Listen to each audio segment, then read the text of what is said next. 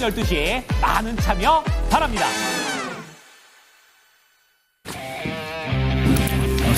반갑습니다. 네, 안녕하십니까. 김근우입니다. 예, 안녕하십니까. 오늘부터 매주 화요일 우리 김근우 전무가 함께 이 시간을 함께할 토마토 투자자문의 박준영 운영위원입니다. 아마 우리 화요일 팀이 선배님 덕분에 또 예. 엄청 풍성해지지 않았나라는 생각이 또 들기도 합니다. 자, 아무래도 오늘도 저희가 예. 또 많은 분들께 종목 상담 그리고 또 시장의 얘기도 간략하게 또 드려야 되니까 예. 바로 출발해 보도록 하겠습니다. 야인시대 시작하겠습니다.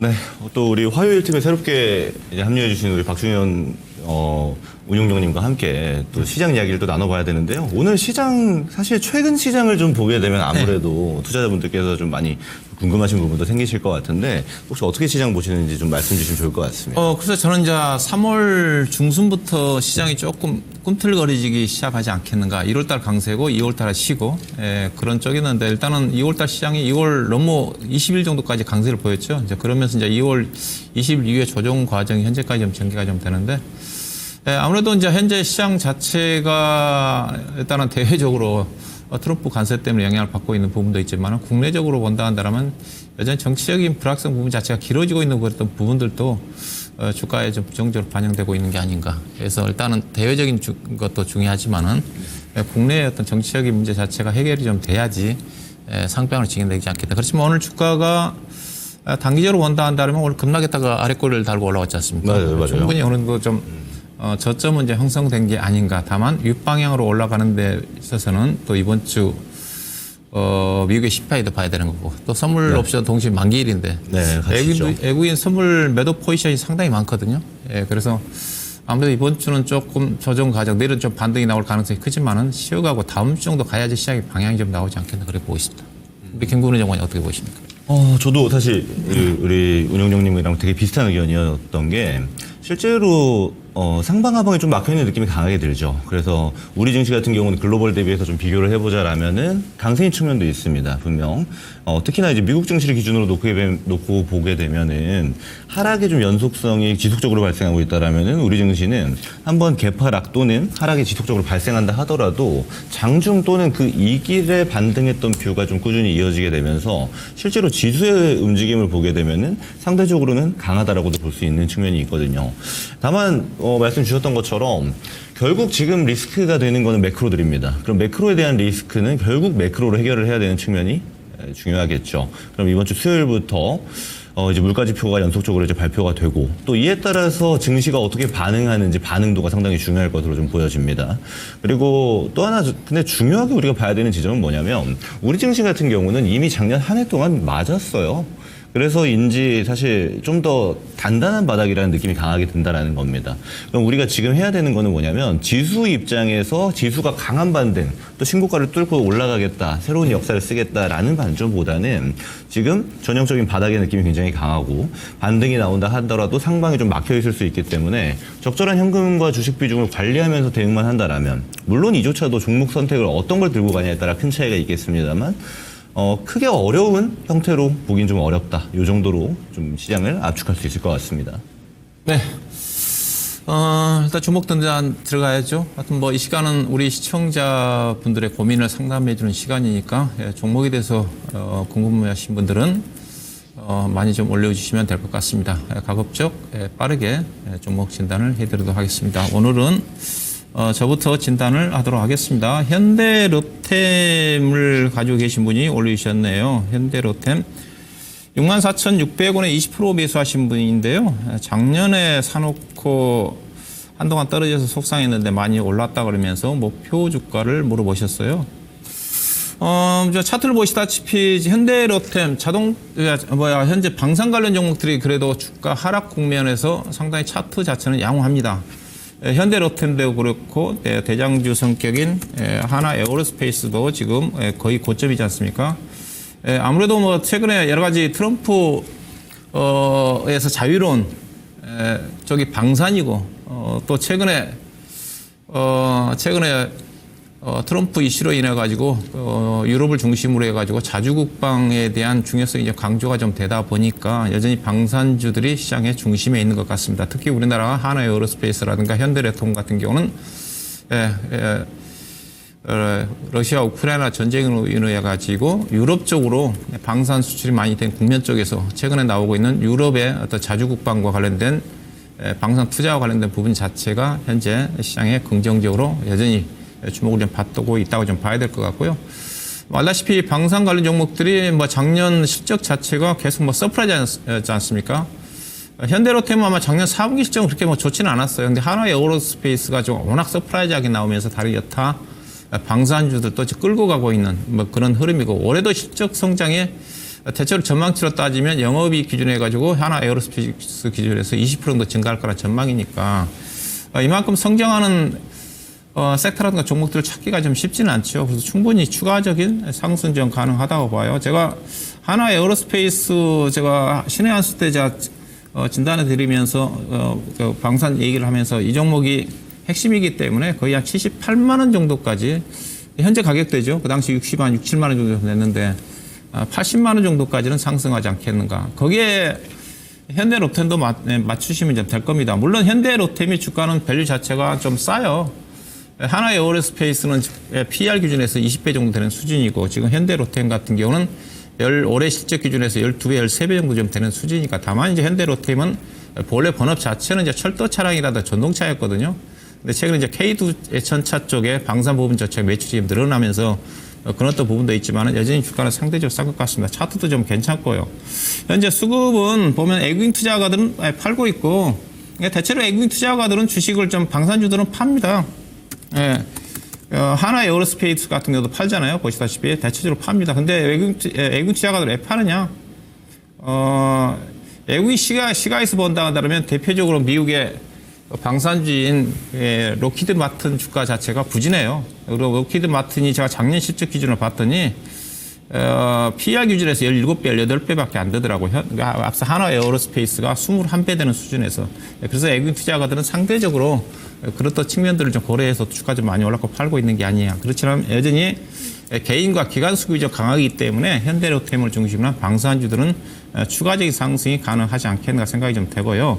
일단은 뭐 현재는 이제 신고가 근처이기 때문에 이제 기본적 분석을 본다 한다면 올해 예상되는 현대로템의 주당 EPS가 거의 5,800원, 6,000원 가까이가 되거든요. 현재 앞서 PR 기준 16배 되는 수준이니까 앞서 하나 에어로스페이스가 대장주니까 21~22배 정도. 그러면 현대로템은 18배 정도가 제가 보기엔 적정하다고 봐요. 근데 조금 전에 제가 16배라고 그랬지 않습니까? 그럼 현재 가격대에서 현대로템도 10% 정도 올라간 수준 본다 한다면 98,000원 10% 정도, 10만 원 정도, 언저리 정도가 목표 가격이 좀 되지 않겠는가. 그래서 가더라도 아마 10만 원 근처에서 아마 잠깐 찍고 쉬어갈 가능성이 큽니다. 그래서 우리 시청자님이 62,000원대 사셔가지고 잠깐 빠질 때 고민하셨다고 그랬잖아요. 그럼 고민하지 않을 수 있는 방법 자체가 일단은 98,000원 그 정도에서 수익을 실현하고 나오시면 거의 50% 가까이 수익을 해요. 하여튼 축하드리고, 그 정도의 제가 보기에는 목표 주가를 욕심부리지 않는다면 적정한 가격 되지 않겠는가. 앞서 하나 에어로스페이스 가지고 계신 분은 78만 원 정도, 언저리 정도를 목표 가격으로 보시면 될 것 같습니다. 네, 이어서 진행하겠습니다. 유튜브에서 문의 주셨고요. 대한항공 25,900원에 20%입니다. 계속 가지고 가도 될까요? 라고 질문을 주셨네요. 일단 대한항공은 이제 국내를 기준으로 보면은 사실상 원톱이죠. 그리고 그런 위치에 차지하고 있음에도 최근에 아무래도 노이즈가 좀 많았던 것들이 있습니다. 근데 이 노이즈들이 하나씩 해결이 되었고, 중요했던 거는 이제 아시아나항공과의 합병이 진행이 되었다라는 지점. 그리고 또 하나 보게 되면 지금 이제 운임료, 상하이 컨테이너 운임 지수가 대체제로서 아마 기준으로 좀 평가를 받고 있는데 운임료가 좀 내려가고 있다는 측면이 리스크로 좀 다가오고 있어요. 근데 사실 이거는 단기적인 성향이 굉장히 강합니다. 왜냐하면 트럼프가 등장하고부터 관세에 대한 키워드가 주기적으로 등장을 하다 보니까 이제 앞당겨서 물동량이 좀 많이 소화된 경향이 있어요. 그래서 이제 화물 운임 같은 경우가 대한항공이 피크를 좀 찍었다는 평가를 좀 받고 있기도 합니다. 근데 다만 그렇다 하더라도 뭐가 있냐면 지금 주가 레벨은 그걸 감안해도 굉장히 싸다라는 거예요. 특히나 이제 이번 분기부터 실적 발표 나올 때 보게 되면 아시아나항공과의 이제 연결된 실적이 같이 등장하다 보니까 실제로는 큰 폭으로 상승을 했고 대한항공만 따로 떼어넣어 보더라도 실적 상승분이 상당히 유의미한 가식권 안에 들어와 있다라는 겁니다. 그리고 이게 지속성이 있다라고 느낄 수 있는 것이 뭐냐면 여기서 나오는 게 이제 객석이라 할까요? 그래서 전체적으로 돌고 있는 항공편들의 숫자가 줄어들고 있느냐, 그러니까 비행기를 타는 고객들의 숫자가 줄어들고 있느냐에 대한 여부가 상당히 중요한데 실제로는 성장폭이 꾸준히 유지되고 있다는 측면입니다. 물론 앞으로 올해 같은 경우는 상반기 하반기 통틀어서 좀 증가할 것으로 보이긴 합니다만은 26년도부터 좀 꺾일 것으로 좀 보고 있는 측면도 있어요.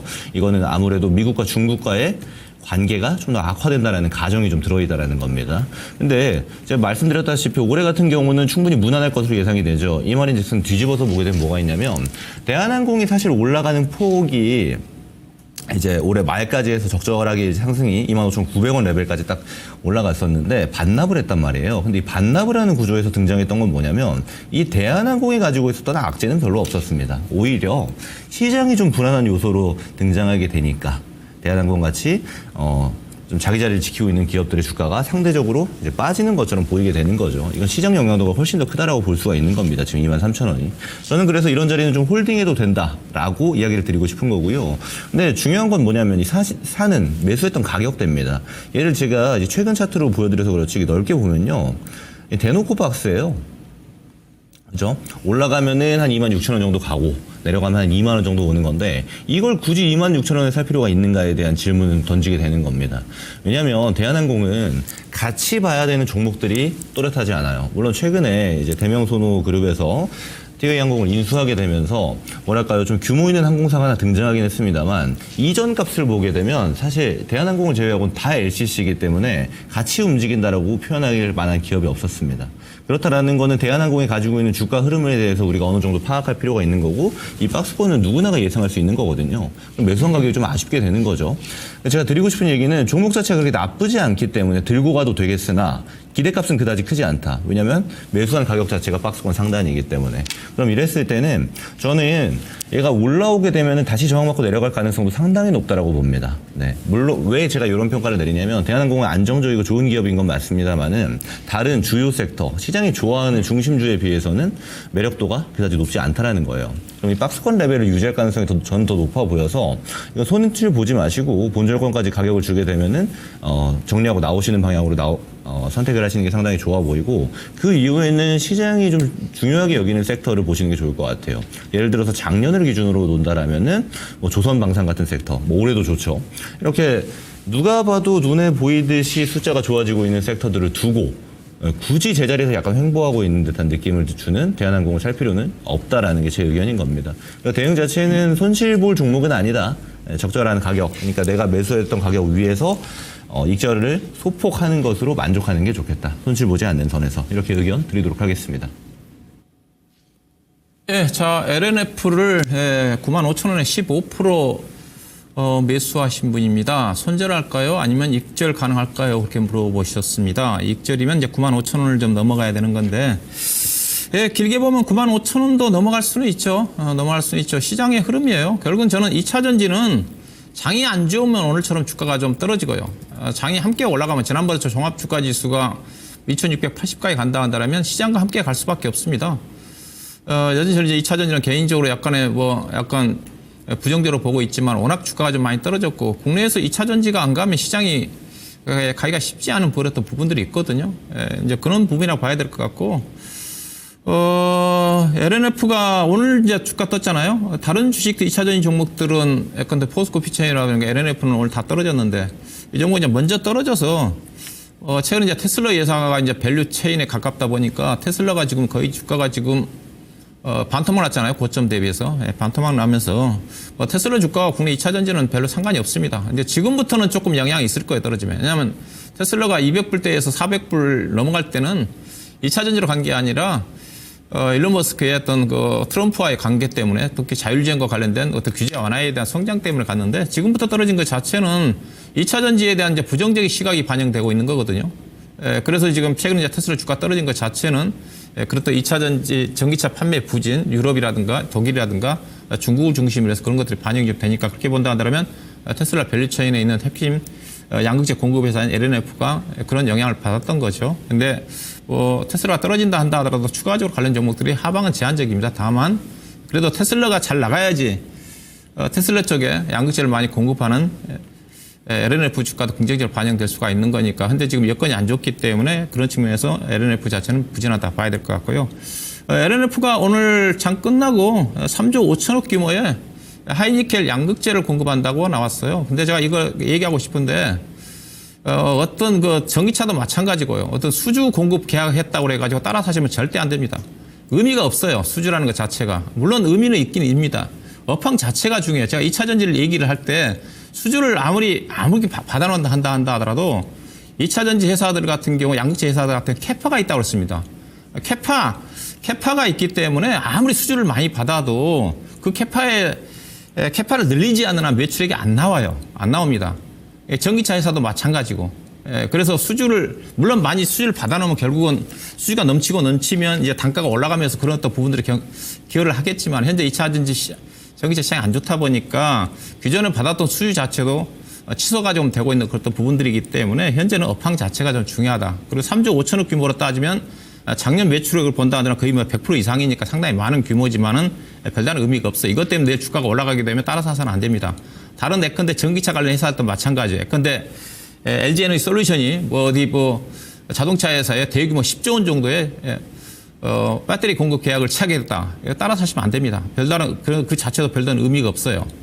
그런 부분을 염두에 좀 두시고 내일 약간 이제 그런 부분들이 오늘 끝나고 좀 발표가 좀 됐기 때문에 주가에 긍정적으로 반영될 수가 있지만은 이 종목은 이제 오늘 올라왔기 때문에 그런 부분은 없다고 봐요. 그래서 제가 2차 전지를 얘기를 할 때 주가는 저도 개인적으로 바닥은 형성됐다고 보는데 아직까지는 업황 자체가 여전히 부진하기 때문에 의미 있는 주가 상승은 기대하기 어렵다. 전기차 캐즘이 대부분 전문가들이 올해가 아니라 내년도까지라고 그랬거든요. 근데 실제 개선이 대부분 더 그렇게 보니까 배터리 회사라든가 양극재 회사들 같은 실적 전망치가 올해까지 안 좋고 거의 다 적자입니다. LNF도 당연히 올해도 적자고요. 내년도부터 이제 업황이 회복이 좀 돼요. 내년도에 좋아진다 하더라도 올해 하반기 정도부터 이제 주가가 우상향이라는 거죠. 예. 올해까지는 여전히 저도 최근에 실적을 계속 체크해 보면 거의 실적이 일주일 단위로 지금도 하향 조정이더라고요. 예, 그런 부분을 염두에 좀 두시고, 일단은 근데 제가 이제 2차 전지 얘기할 때 그래서 제가 주가가 어제처럼 올라갈 때 따라가지 말라고 얘기하잖아요. 근데 우리 요즘 개인 투자가들 그런 매매를 잘해요. 보면, 근데 LNF를 좀 볼까요? 오늘 매매를 보게 되면 오늘은 개인 투자가를 샀네요. 근데 최근에 이제 포스코 PCM이라든가 보시게 되게 되면, 보시죠. 주가가 엊그제 올라갈 때 개인 투자가 며칠 동안 주식 많이 팔았잖아요. 오늘 주가가 떨어지니까 샀어요. 33,000주. 외국인 팔고. 그 다음에 에코프로 BM 같은 경우도 오늘 주가가 떨어질 때, 어제 주가가 많이 올랐을 때 5% 이상 올라올 때 개인 투자가들이 30만 주를 팔았어요. 오늘 주가 떨어지니까 14만 9천 주를 샀잖아요. 이런 매매를 저는 권해드리고 싶어요. 주가가 올라갈 때 따라 사지 마시고요. 오늘처럼 조정 나올 때 사고 트레이딩 매매. 저점 매수, 가급적 당장 제가 개인적으로 의미 있게 주가 상승을 쉽지 않다고 그랬으니까 에코프로 BM 기준에 가지고 15만 원 넘어가기 쉽지 않은 거고 포스코 PCM 기준에 가서 18만 원 정도 대체로 상반기 정도 이렇게 보셔야 될 것 같고 그다음에 LNF 어떻게 봐야 되느냐? LNF 막 9만 한 3, 4천 원 정도까지 올라갑니다. 4천 원 정도. 그러니까 우리 시청자님이 9만 5천 원에 사셨잖아요. 최근에 고점이 9만 3천 원대예요.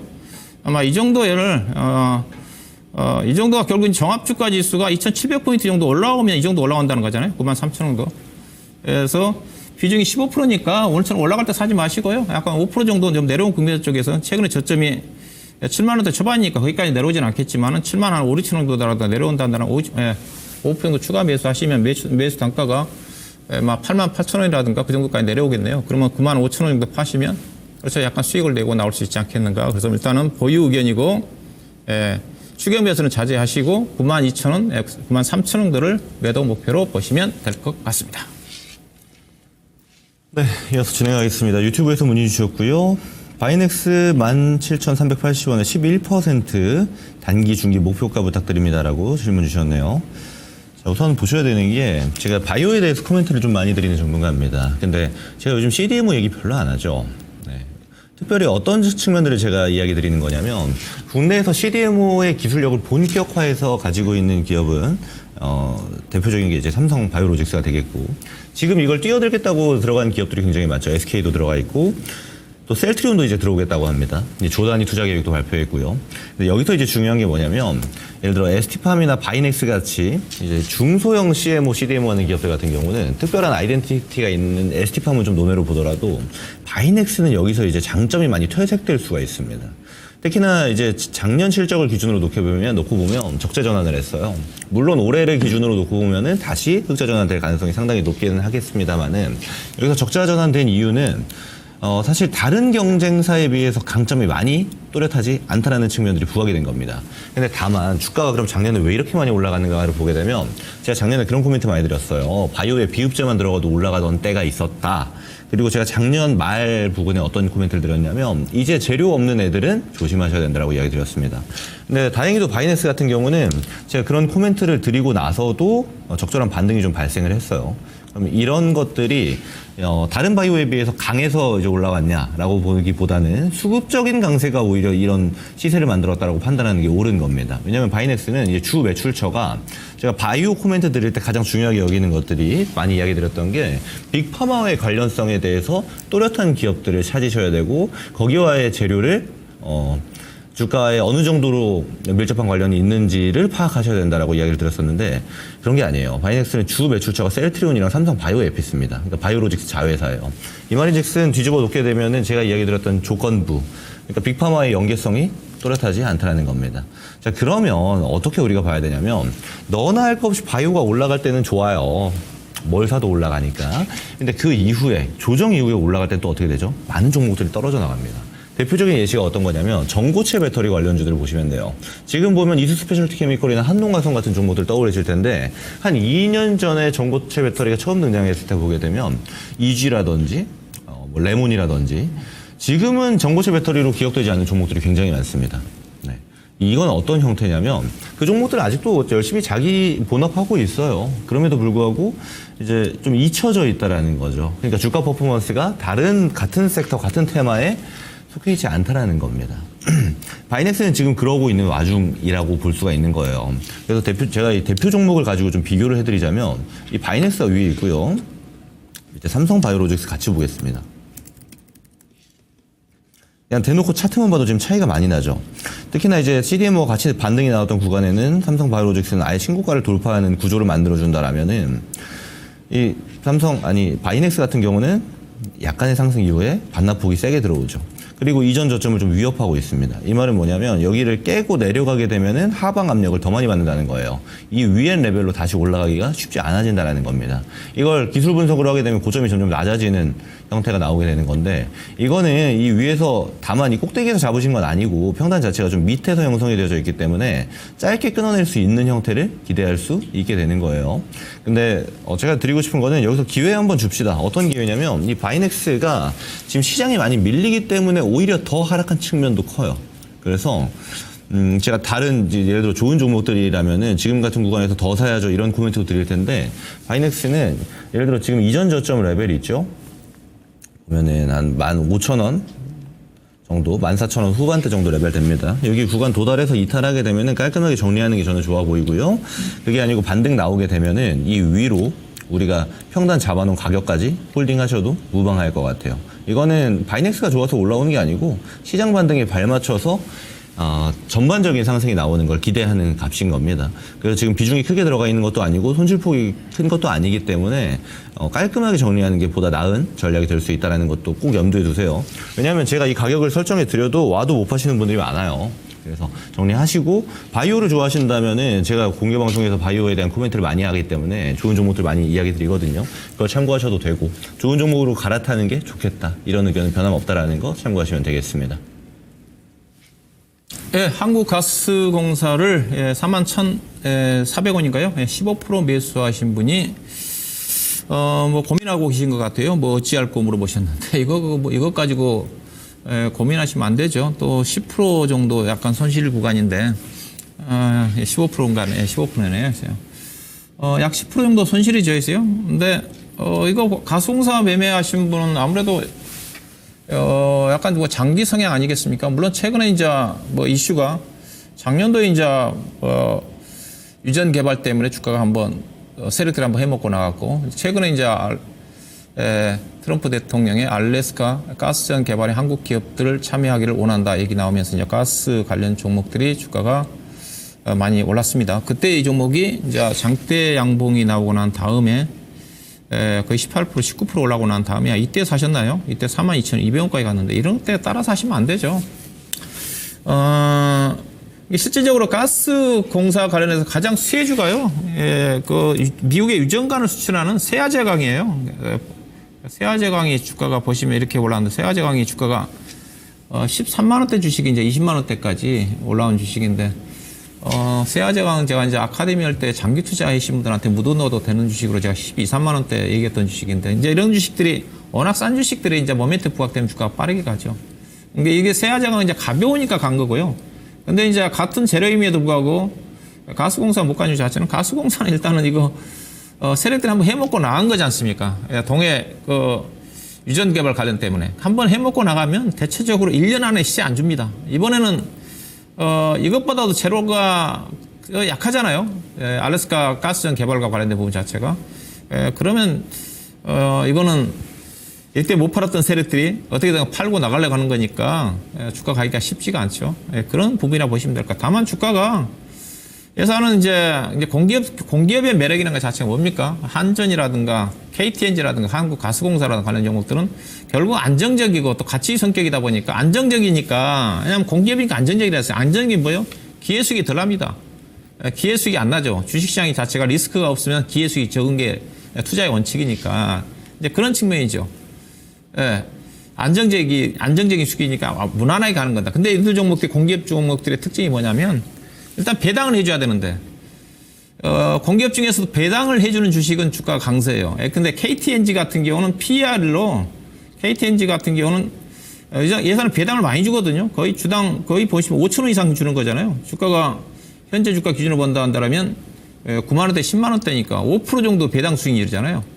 근데 한국가스공사는 작년도에 적자 나가지고 배당도 안 줘요. 배당 작년도 없을 겁니다. 그렇죠? 작년도에 1,400원 정도 배당을 줬나요? 1,400원. 재작년에 배당 2년 동안 배당이 없었지 않습니까? 작년도는 이제 흑자전을 하면서 약간 1,400원 한다 하더라도 배당 수익이 낮거든요. 그래서 예사가 주가 가기 위해서는 배당 수익률을 좀 높여야 되지 않겠는가? 공기업이니까 최소한 주당 한 25,500원이라든가 그 정도 해줘야 좀 무난하게 안정적으로 올라가지 않겠는가. 일단은 뭐 보유 의견이고요. 주가 엄청 쌉니다. 지금 뭐 PR 기준에서 지금 3배, 4배밖에 안 되는 수준이니까. 근데 대체적으로 가스 관련 종목들이 대표적으로 삼천리라든가 관련된 종목들이 주가가 엄청 싸요. SK 가스라든가 종목들이. 가스 관련 종목들이 대체적으로 저평가를 받습니다. 그래서 이런 종목들이 저평가를 받고 있는 종목이 평가를 받기 위해서는 앞서 얘기했다 주주가치 차원에서 배당을 좀 늘려야 되고 자사주를 소각을 한다든가 그래야 되는데 공기업들이 그렇게 하기는 쉽지가 않죠. 그래서 이거는 보유하셔야 되면 될 것 같고 다만 이거 고점은 좀 4만 원대 우리 시장에 산 가격은 저는 좀 어려워 보입니다. 이런 재료 가지고는 알래스카 가스 참여 관련해 가지고 재료는 거의 다 반영이 좀 된 것 같고요. 그래서 당분간 주가는 제가 보기에는 박스권일 것 같아요. 주가는 떨어질 것 같지는 않고 최근에 주가 자체가 장이 안 좋아서 29,000원까지 내려갔지만 대체적으로 35,000원대까지 정도가 저점이니까 그래서 이 종목 매매한다면 35,000원 정도 저점 그리고 4만 원 정도 언저리 최근에 고점이 42,000원이니까 4만 원 정도가 단기적인 관점에서 접근이고 중장기 투자하는 데는 전혀 문제가 없다. 답답하시면 35,000원 정도 내려오면 약간 물타기 하셔가지고 4만 원 정도 언저리 정도 올라오면 팔고 다른 종목 쪽으로 교체하는 전략이 좀 필요할 것 같고 그리고 그렇지 않고 나는 좀 더 길게 좀 투자하고 싶다 그러시면 작년도에 흑자전을 했고 배당도 그래도 조금 좀 늘려가고 있는 흐름이니까 길게 본다 한다면 45,000원까지는 갈 수 있는 그런 종목이다 그렇게 보시면 될 것 같습니다. 네, 이어서 진행하겠습니다. 유튜브에서 보내주셨고요. T로보틱스 17,580원에 10%. 손절하기에는 손실이 커서요. 오래 보유하면 손실 줄일 수 있을까요? 진단 부탁드립니다. 이게 질문이랑 지금 움직임이랑 좀 안 맞죠? 네, 오늘 상한가 같습니다. 상한가 풀리지도 않았고요. 시간에서 풀리지도 않았어요.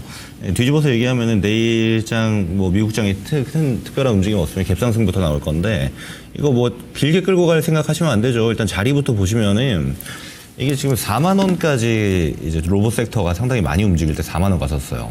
올해 로봇 움직였나요? 안 움직였나요? 올해 엄청 움직였죠? 안 갔습니다.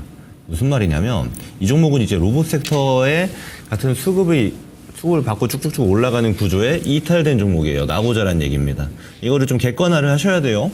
과거에 T로보틱스가 로봇주 몇 개 없을 때 이름에 로봇 들어가면 로봇 움직일 때 같이 갔던 애들이랑 좀 다른 겁니다. 지금 로봇주들 보면은 예전에 셌던 애들 지금 별로 안 세죠. 오히려 최근에 상장한 애들이 더 많이 세지. 이런 구조를 갖고 있다는 특이점을 알고 계셔야 돼요. 왜냐하면 로봇주들은 아직은 돈을 벌어들이는 산업이 아닙니다. 그러니까 숫자를 바탕으로 해서 락바텀을 만들어주는, 그러니까 주가가 올라갔으면 조정받고 또다시 상승해주는 흐름을 만들어주는 산업군이 아니에요. 아직은 투자가 들어가야 되고 돈을 쓰는 산업입니다. 그래서 여기서 안정화를 더하는 재료들이 상당히 좋아지는 것. 예를 들어서 레인보우 로보틱스가 삼성 로보틱스가 된다라는 것처럼 돈을 써야 되는 기업이 든든한 뒷배가 있으면 어떻게 될까요? 튼튼해지는 구조를 갖게 되는 거죠. 다만 T로보틱스는 여기에 해당되지는 않습니다. 레인보우 로보틱스랑 뭐 업무 협약 정도 진행했습니다만 그게 뭐 유의미하다라고 볼 수는 없고요. 또 하나 중요한 거는 제가 처음에 이야기 드렸던 것처럼 이제 로봇 섹터에서 어느 정도 소외가 되어버리면 이런 종목은 길게 끌고 갈 뷰가 나오지 않습니다. 그리고 애초에 로봇주들 중에 이렇게 소형주, 막 시총 1000억짜리 개별주들 같은 경우는 길게 끌고 가는 섹터가 종목들이 아니에요. 언제 더 많은 낙오가 될지 모릅니다. 다른 말로 하면 얘네들은 대부분 실적이 없고 적자인 상태이기 때문에 들고 있는 돈을 계속 까먹으면서 매출을 발생시키는 형태가 크단 말이에요. 매출을 발생시키건 사업을 영위하건 개발을 하건 마찬가지입니다. 자, 그럼 이 상태에서 우리가 T로보틱스를 어떻게 대해야 되냐면 내가 이거 고생을 이렇게 많이 하고 있어요. 산 다음에 계속 물려가 있는 거죠. 근데 이 상태에서 최근에 상한가 들어갔습니다. 이러면 감사합니다 하고 팔 생각 먼저 하셔야 돼요. 네. 이게 예를 들어 지금부터 운의 영역으로 시장이 좀 안 좋을 때는 이런 중소형 테마가 막 불러일으켜지기 때문에 운의 영역으로 좀 더 올라갈 수 있어요. 그럼에도 불구하고 안정적으로 매도하시는 게 상당히 좋다는 겁니다. 왜냐면요, 얘가 갖고 있는 가치를 대비해서 보면 주가가 6,000원 레벨이 지금 저점이죠, 12월에. 이것도 비싼 가격이 돼버릴 수가 있어요. 그리고 또 하나 이야기 드리고 싶은 건 뭐냐면 이제 내일부터 주가 퍼포먼스가 나올 텐데 저는 내일 중으로 해서 비중을 많이 줄여두시는 게 상당히 좋아 보여요. 지금 큰 비중 들어가는 건 아니기 때문에 최소한 한 절반 이상은 내일 좀 손실을 줄이는 폭에서 좀 정리를 하시고, 이게 상방으로 열린 게 이제 올라간 게 단기적으로 이제 15,000원이에요. 이거는 뒤집어서 얘기하면 뭐냐면 15,000원까지 올라가게 되면 구조상 6,000원에서 15,000원까지 150% 올라가게 되는 겁니다. 150% 상승 나오고 나서 다시 6,000원 가도 전혀 안 이상해요. 그러면 여기서 기회 손실이 발생할 수 있다는 겁니다. 이거 더 기다려서 15,000원까지 온 거 보니까 더 위에 내 본전도 주겠는데도 기다리시게 되면 그 가격 안 주고 다시 내려갈 가능성이 훨씬 높다는 거예요. 그리고 제가 이 로봇주, 개별주들 하시는 분들한테 항상 드리는 얘기가 뭐냐면 이 T로보틱스 할 바엔 레인보우 로보틱스 지금 조정 나오잖아요. 차라리 이 가격에 사는 게 낫습니다.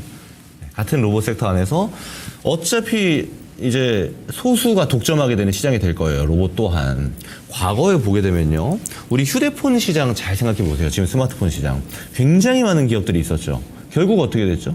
두 개밖에 없습니다. 삼성 쓸래? 아니면 애플 쓸래? 이런 구조로 간단 말이에요. 로봇주도 그렇게 될 가능성이 굉장히 높습니다. 그러면 승자 독식의 구조를 우리가 어느 정도 예측할 수 있는 범주의 산업이 지금 성장을 하겠다고 할 때에는 아예 이런 T로보틱스 같은 개별주는 트레이딩으로 오늘 사서 내일 파는 뷰, 뭐 오늘 사서 2, 3거래일 가져가는 뷰 정도를 하는 것 제외하고는 끌고 가는데 큰 가치를 느낄 수가 없다라는 게 되고, 승자 독식 구조라면은 당연하겠지만 지금 제일 좋은 레인보우 로보틱스가 어느 상황에서든 유리할 가능성이 높다. 물론 사실 지금 레인보우 로보틱스가 이게 큰 상승 나오고 조정 나오는 것이기 때문에 상대적으로 T로보틱스를 살 바엔 이게 낫다라고 말씀을 드리는 거지 지금 이게 매력적인 가격 구간은 아닙니다. 네. 하여튼 이 정도 이야기를 드리고요. 그리고 제가 가격 전략은 드린 대로 이제 상방으로 길게 보더라도 이제 15,000원까지 보셔가지고 대응을 하시는 게 좋다. 그래서 비중은 내일 오전부터 해서 갭상승이 진행될 텐데 매도하면서 15,000원까지 비중을 최대한 많이 줄이자. 저는 다 합하셨으면 좋겠어요. 그래서 평단까지 기다리지 않는 전략이 좀 좋아 보이고 손실폭 줄이는 거에 만족을 하셨으면 좋겠다. 이 정도 의견 드리도록 하겠습니다. 예, 오픈엣지 테크놀로지를 15,700원에 15,700원에 20% 매수하신 분입니다. 그 매수 가격까지 갈 수 있는지 물어보셨네요.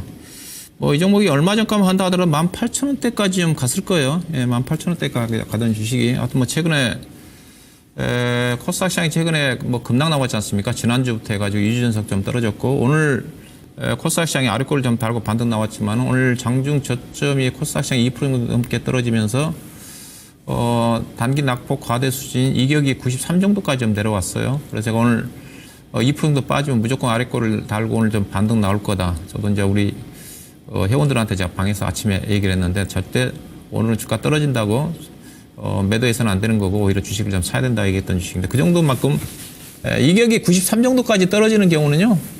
1년에 2번, 3번 정도 하락이 나옵니다. 그 정도로 코스닥 시장이 많이 떨어졌어요. 그러니까 오픈엣지 테크놀로지도 18,000원대에서 13,000원대까지 거의 뭐 20% 이상 떨어지, 30%, 25% 이상 떨어진 거잖아요. 그래서 오늘 어떻게 보면 코스닥 시장도 단기 낙폭 과대에 따른 저점이 형성될 가능성이 커요. 그러면 오픈엣지 테크놀로지도 뭐, 추가 하락보다는 거의 뭐 기술적으로 저점까지 내려온 상태니까. 근데 예사가 이제 반도체 관련 쪽에 그 설계사잖아요. IP 라이센스 관련돼서 최근에 보니까 글로벌 반도체 회사한테 금액 자체는 크지는 않지만 30억 규모의 IP 설계 수주도 좀 받았네요. 근데 이제 지금 시점이 지금 오늘이 3월 11일이고 이제 이번 주와 다음 주에 이제 여러분들이 좀 가지고 계신 분들 이제 조심을 해야 될 게 제가 뭐 신의 한수 때 얘기했지만 3월달 시장은 여러 가지 이제 상장 폐지라든가 그런 위험성이 많다고 그랬잖아요. 뭐 최근에 알다시피 삼부토건 이제 정리 매매 들어갔고, 그 다음에 금양이 관리 종목으로 좀 들어갔고, 얼마 전에 대기업인 효성화학도 거래 정지 당하고 자본 까먹 때문에 그런 부분이에요. 근데 오픈엣지 테크놀로지도 보도록 하겠습니다. 근데 이거 이제 결산이잖아요. 근데 제가 오픈엣지 테크놀로지는 문제는 없어요. 문제는 없는데, 근데 이걸로 본다 한다면 문제가 있죠. 여기만 본다 한다면. 왜냐면 오픈엣지 테크놀로지가 2023년도에 일단 자본금 까먹으면 안 되는 거잖아요. 적자 나버리면. 2023년도에 자본 총계가 206억이었지 않습니까? 그렇죠?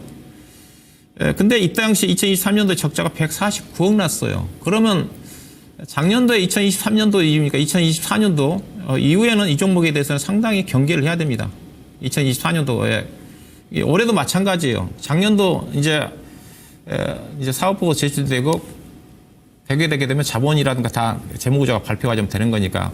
작년도도 적자가 많이 났는데 작년도에 적자 난 것만큼 작년 연말 기준에서 자본이 안 남았다. 그러면 올해는 그 회사 어떻게 했어요? 올해는 무조건 그 회사는 주주들한테 손을 벌려야 됩니다. 유상증자를 하든가 증자를 해야 돼요. 그렇지 않고 증자 못하면 그 다음 해년도에 내년도 이맘때쯤 되면 자본 잠식으로 상장 폐지가 되죠. 이거 오픈엣지 테크놀로지 볼까요? 작년도에 149억 적자 나가지고 206억밖에 안 남았잖아요. 그러면 예사 작년도에 그 전에도 이 회사 200억 정도 적자 났으니까 200억 정도 적자를 난다고 가정을 해야 되겠죠. 그러면 작년도에 자본 다 까먹어요. 그러면 예사는 여기서 본다 한다면 자본 잠식이에요. 근데 예사는 이제 분기 단위로 본다 한다면 예사가 다르죠. 작년 3분기 때 673억으로 늘어났어요. 무슨 말이냐? 증자한 거죠. 증자해가지고 자본을 늘려놨어요. 그래서 주가가 아마 증자가 걸려서 주가 떨어졌을 겁니다. 그래서 이제 이 회사 같은 경우는 아직 감사 보고서가 제출 안 됐습니다. 이제 감사 보고서가 이번 주와 다음 주에 다 제출해야 돼요, 여러분요. 다음 주까지 내가 가지고 있는 주식이 약간 부실한 종목이 감사 보고서를 제출 안 하고 있다. 그리고 주총을 공시를 했는데 주총은 감사 보고서는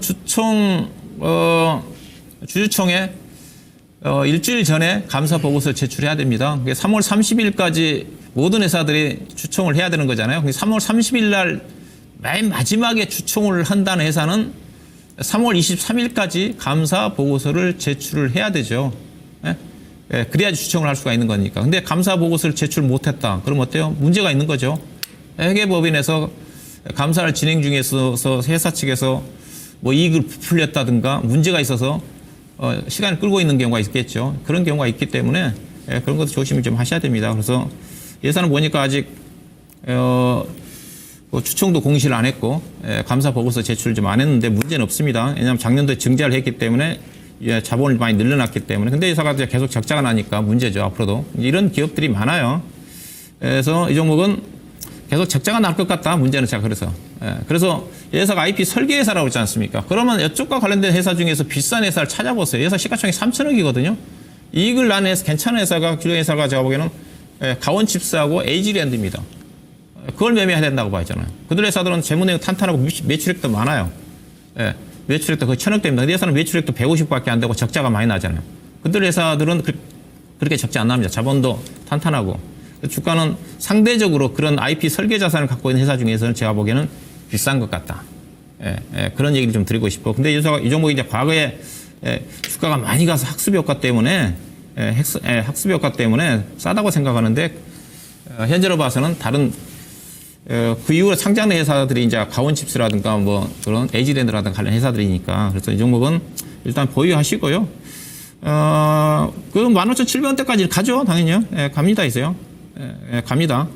앞서 제가 약간 이제 작년도 이제 증자까지 했기 때문에 당분간은 괜찮아요. 660억 정도 자본을 확충해 놨으니까 올해 뭐 200억 적자가 난다 한다 하더라도 2년 정도는 버틸 수가 있겠죠. 2년 정도는 있어요. 근데 그렇게 안 되는 기업들이 이제 내년도는 문제가 될 수가 있다는 겁니다.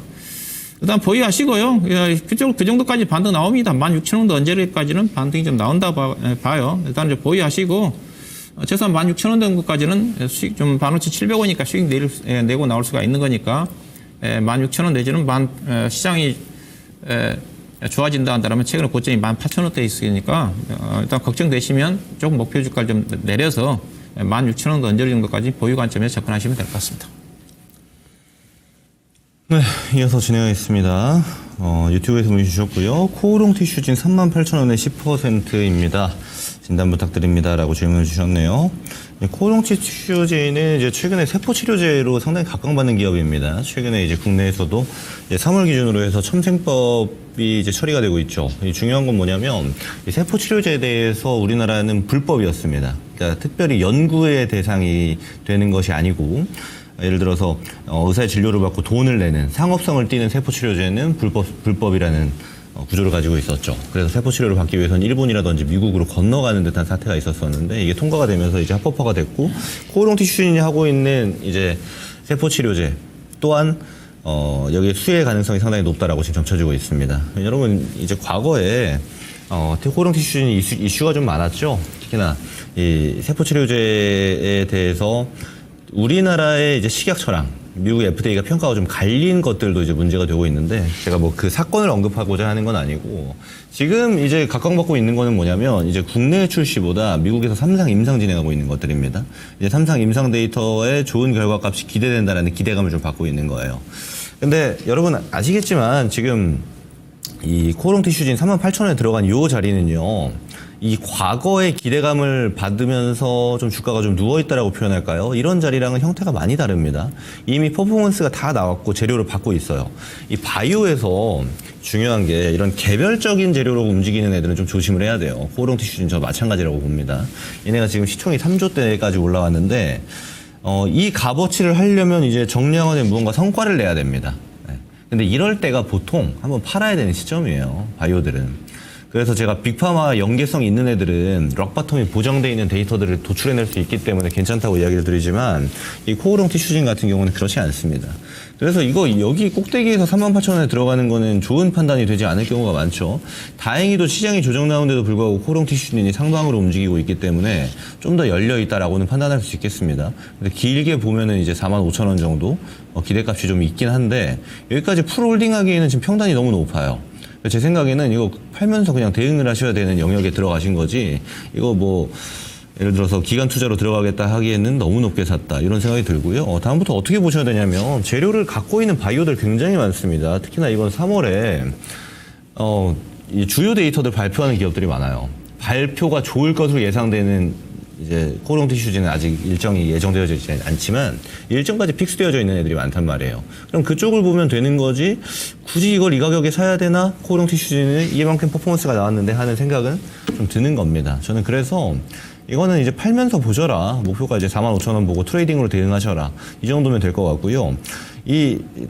사실 바이오가 지금 시장 단위로 보게 되면은 굉장히 강한 섹터입니다. 어떤 측면이냐면 시장이 막 밀리고 있어요. 근데 시장이 밀리는 것보다 더 많이 밀리는 종목들이 존재하고요. 시장이 밀리는 것에 비해서 덜 밀리는 섹터들이 있습니다. 그게 지금 우리가 관심 가져야 될 섹터들인데 대표적인 투톱이 바이오 반도체예요.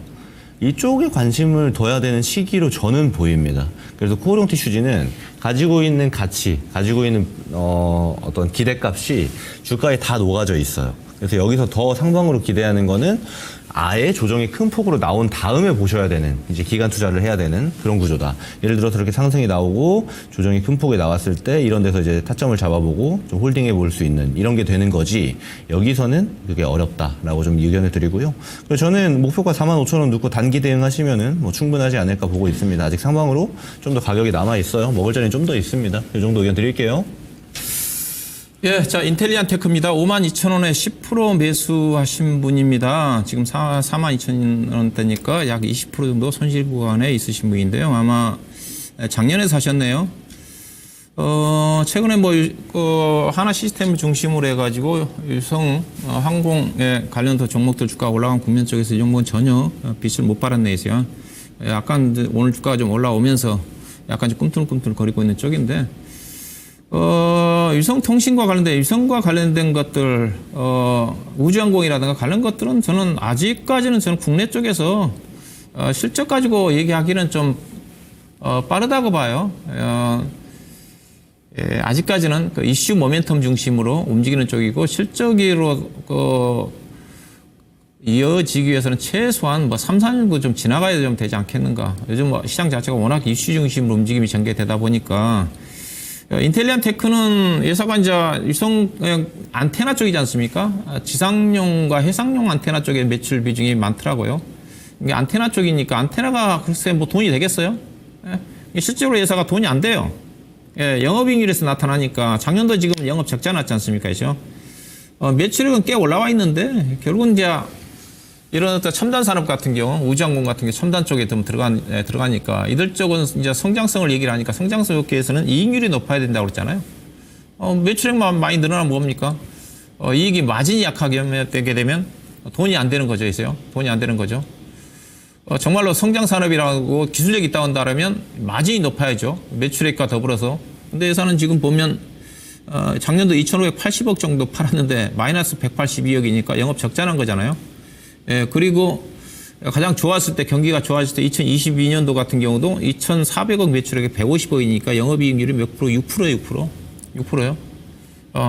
아무래도 첨단 산업이고 예사가 마진이 있다고 한다면 20%, 30%. 이게 뭐 제가 보기엔 거기다 안테나가 특별하게 기술력이 있는 건 아니지 않겠어요? 예, 그래서 현재까지 예사가 주가가 제자리를 있다고 좀 보시면 됩니다. 다만 예사가 이제 올해 예상 실적을 뭐가 있었는지 몰라도 매출액을 많이 높여 잡았잖아요.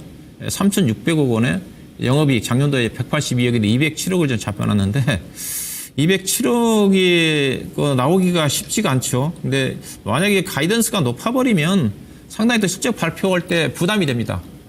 실적 예상보다 안 좋게 나와버리면 오히려 실적 가이던스가 낮아가지고 높게 나와야 되는데 작년도 182억 적자 난 회사가 올해 갑자기 200억 늘어난다. 영업이익 흑자 늘어난다. 좀 부담스럽죠. 이게 나온다 한다 하더라도 현재 PER 단위로 20배 되는 수준이니까 그래서 주가가 저는 결론적으로 뭐냐 예사 의미 있게 주가가 상승하기 쉽지는 않아 보인다. 일단 주가가 작년도에 아마 실적 발표 이후에 계속 떨어진 것 같아 보니까요. 계속 작년 11월 달부터 아무래도 이거 뭐 이때 실적도 그렇지만은 작년도 보니까 12월 초에 저점을 형성했다는 것 자체는 당시에 이제 우리나라 비상계엄에 터질 때가 이때니까 그때 아마 주가 저점이 형성이 된 것 같고요.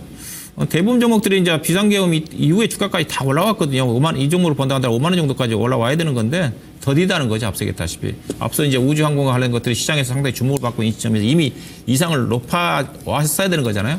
못 가고 있다는 자체는 제가 얘기했듯이 예사가 마진폭 자체가 낮은 부분 자체가 시장에서 그렇게 반영되고 있는 게 아닌가. 일단 저 보유 의견이고요.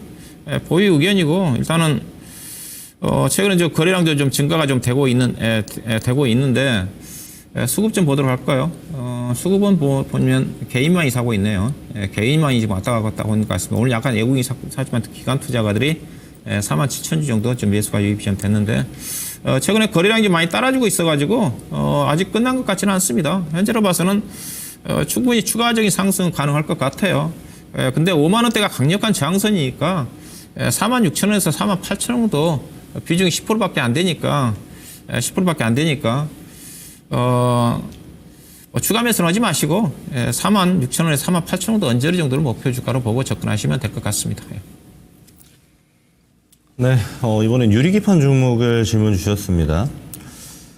종목 보면 네, YC캠 23,700원에 20% 전고점 넘으면 원금 회수하고 가려고 합니다. 가능한지 진단 부탁드립니다.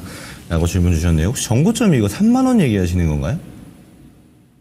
아마 그렇게 좀 질문 주신 것 같은데 차트 보면서 제가 좀 얘기 드릴게요. 이거는 유리기판 오늘 사실 시장 반등 뷰가 장 초반에 좀 흔들렸다가 반등이 좀 나와주면서 유리기판도 좀 강하게 올라가줬는데 대표적인 게 이제 피롭텍스랑 YC캠이었습니다. 추가로 뭐 JNTC나 뭐 SKC 큰 종목들 같은 경우는 반등세가 좀 약했고 작은 종목들에서 좀 반등세가 세게 나왔는데 이거 3만 원까지 홀딩하시려는 목표 두시면은 밑으로도 그만큼 열어두셔야 되는데 대응하시기가 상당히 어려우실 거예요.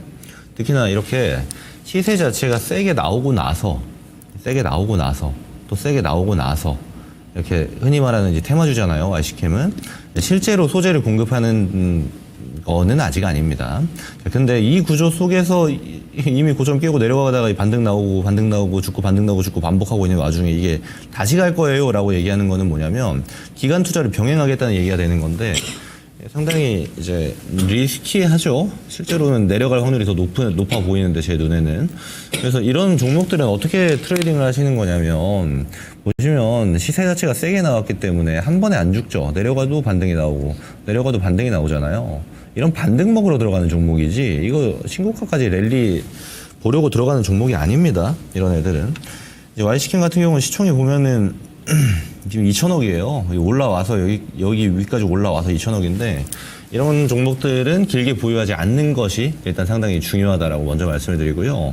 그리고 지금 일단 수익 중이신데 제가 느끼기엔 단기적으로 세게 내려가도 전혀 이상하지가 않아요. 그러니까 무슨 말이냐면 이게 뭐 내일 모레 한 이틀 3일 조정 한 4% 5%씩 내려와가지고 한 2만 원 막 이렇게 위치를 잡으려고 가도 뭐 전혀 이상해 보이지가 않습니다. 그러니까 지금 갖고 있는 자리도 뭐 실적 베이스로 움직인다 이런 게 아니에요. 오로지 모멘텀입니다. 제가 그래서 유리기판 소형주들 매매할 때 이야기 드리는 게 뭐냐면 지금 올해 연말부터 이제 상용화 얘기가 나오고 있죠. SKC 자회사로부터. 그러면 일정에 가까워질수록 가시권 안에서 일정 트레이딩이 가능하다라는 거예요. 왜? 같은 색깔 안에서 대장이 좋은 이벤트를 열어줄 거니까. 자, 그러면 이 구조를 우리가 누리려거든 되게 짧게 타점 잡고 짧게 먹고 나오는 거지. 이거를 무작정 길게 끌고 가면은 평당 관리도 안 될 뿐더러 욕심이 과하게 들어가게 되니까 얘가 변동성이 크니까 오히려 손실폭이 더 커지는 이런 구조로 갈 수가 있다는 얘기거든요. 저는 이제 이야기하신 전략은 좋아 보이진 않는다. 그러니까 3만 원까지 보는 건 좋아 보이지 않고 이거 저라면 오늘 이거 장중에 사신 거잖아요. 그냥 윗골이 올라간 여기 폭만 해도 한 26,000원 후반대 나오는데 여기서 저 같으면 팔겠습니다.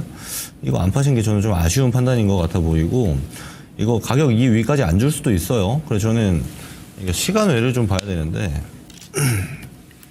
봅시다. 시간에 밀리죠. 이거 아마 수급 자체도 외인이나 기관, 그러니까 메이저가 아니고 이제 아마 개인 수급으로 표시가 될 건데 이런 구조면은 내일 변동성도 엄청 튈 수 있어요. 하방으로. 그런 구조를 저는 굳이 전략화하는 게 개인 투자자분들에게는 유리하지 않다.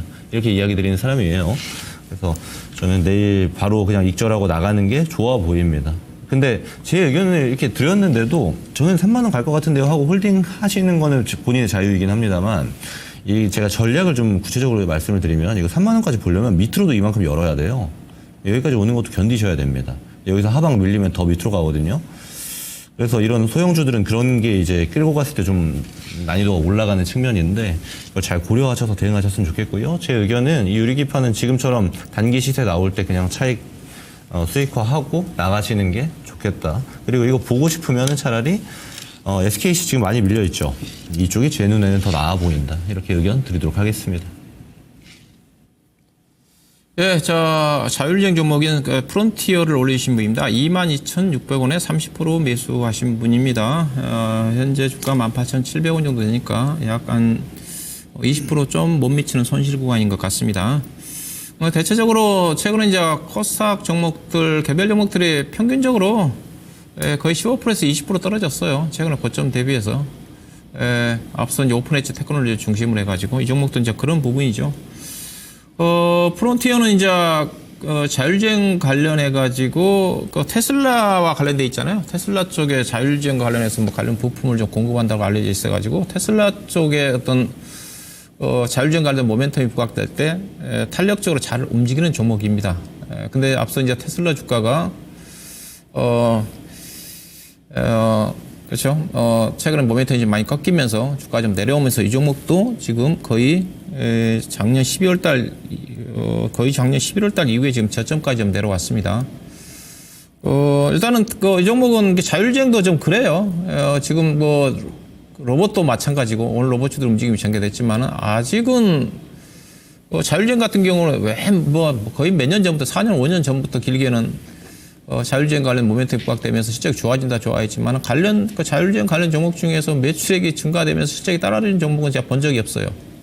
거의 테마적으로 움직이다 끝나더라고요. 현재 지금 자율주행이 지금 거의 이제 완전 자율주행 전 단계까지 지금 올라온 이 상태인데 아직은 형성되지는 않았지만 관련 기업들이 조금 좀 의무시되더라고요.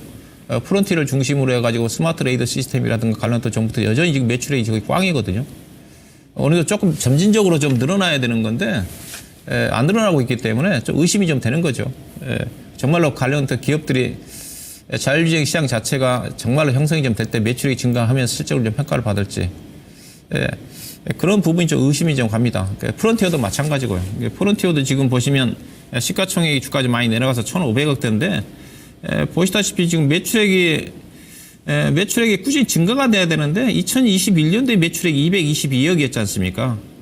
작년도 253억이에요. 4년 동안 매출액이 안 늘어났다는 거잖아요. 그 사이에 자율주행은 단계적으로 올라가고 있는데 근데 올해 전망치도 작년보다 매출액이 더 떨어져요. 253억인데 작년도 적지 않았고 그리고 2026년도에 이제 올해보다 한 20% 정도 매출액이 증가할 거라 전망이니까 올해 건너뛰어서 내년도에 그러니까 의심이 갈 수밖에 없죠. 그래서 이런 종목들은 뭐냐 이슈가 부각될 때 특히 자율주행 관련 종목들은 연초에 세스 모멘텀이 가장 강하니까 올해 같은 경우도 자율주행이 로봇과 함께 가장 큰 시장의 주목을 좀 받았으니까 AI와 함께 그래서 1월 달에 주가가 올라가면 대체적으로 고점 형성돼요. 그러니까 올해 1월 달에 이거지 않습니까? 작년 12월 달부터 1월 효과 반영이 좀 되면서 1월 달에 작년 12월 중순부터 주가 미리 선 반영돼 가지고 1월 효과 끝나면서 지금 1월 중순부터 2월 달에 종합주가 지수는 여기까지 올라왔는데 이 종목이 지금 내려꽂고 있잖아요. 그래서 1월 달에 모멘텀으로 움직였던 종목들 제가 자꾸 얘기하는데 로봇 종목들 오늘 반등 나왔지만은 거의 한 철이에요. 12월 달부터 시작을 해가지고 1월 효과에 강하게 움직임 전개하고 난 다음에 대체적으로 관련 종목들은 시장의 주목을 못 받습니다. 자율주행도 좀 그렇다고 좀 봐요.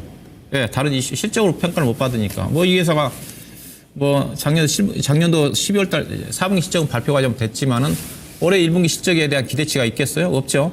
전혀 없죠. 그러면 그런 이슈인데 결국 이제 테슬라 로봇택시가 최근에 아마 올해 6월 달 출시가 된다고 그랬나요?